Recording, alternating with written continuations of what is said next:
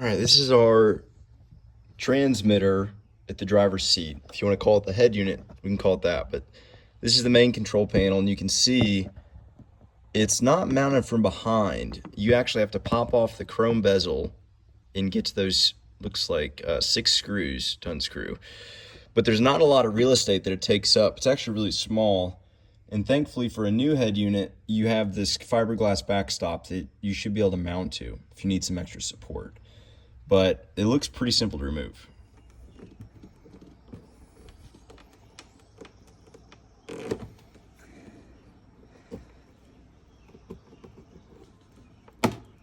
Okay, got it from below.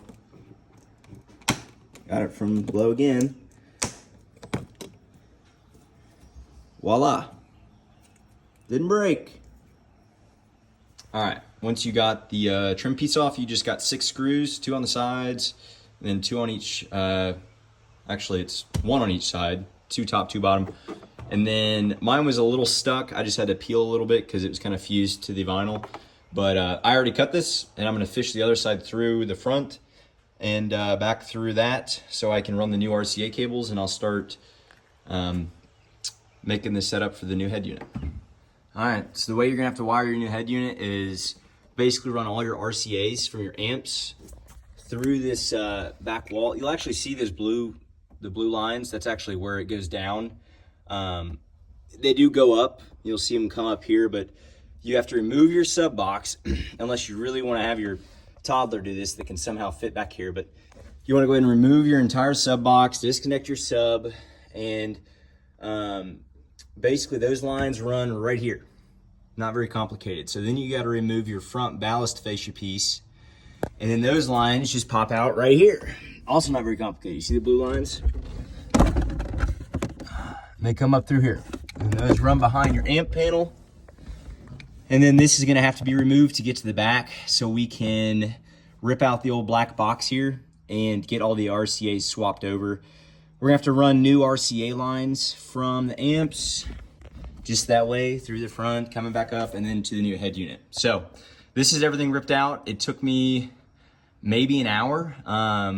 It took me more, like the longest thing that occurred was removing this stupid fascia piece because the 2 screws were very well hidden in the carpet. But I've already removed the sub box before, so I knew where the screws were at with that, and the head unit took 0 time to take out. And definitely cutting the cord behind the head unit was the easiest way to fish it through, because there is a connector on the end and you're not going to be able to pull it through all the wire ties that you're going to find with the bundled wires. So it's all ripped out. We'll see how it goes running the new RCA cables.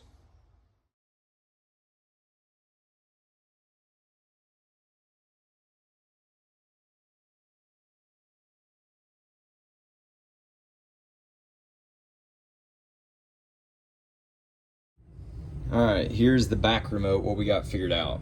You can either just use some ABS. Surprisingly, it cut this round. Just use the multi-tool, and I kind of moved the ABS and held the multi-tool still. And then after sanding it, sanding the edges to make it a little more round, it turned out great.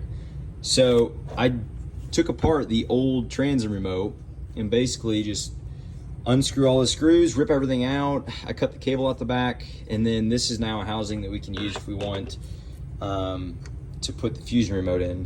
So I laid this down on top of the ABS, traced the perimeter, and then cut just inside that line to give us a piece of ABS that essentially fits perfectly inside this ring. So that's perfectly flat. And I can screw this ABS to the housing, or I can just through bolt this straight through the back of the boat using the hardware that was attached to this. And this would go right here and just tape on it. I'm not a huge fan of how you can see inside and see the edges of stuff. So I'm trying to figure that out, but it honestly works pretty good. And then flush wise, it's sitting pretty flush. I might get this back piece connected and then use some black silicone, and that would give it a more seamless look. So we'll check it out. I'll show you after I do some more work. See ya.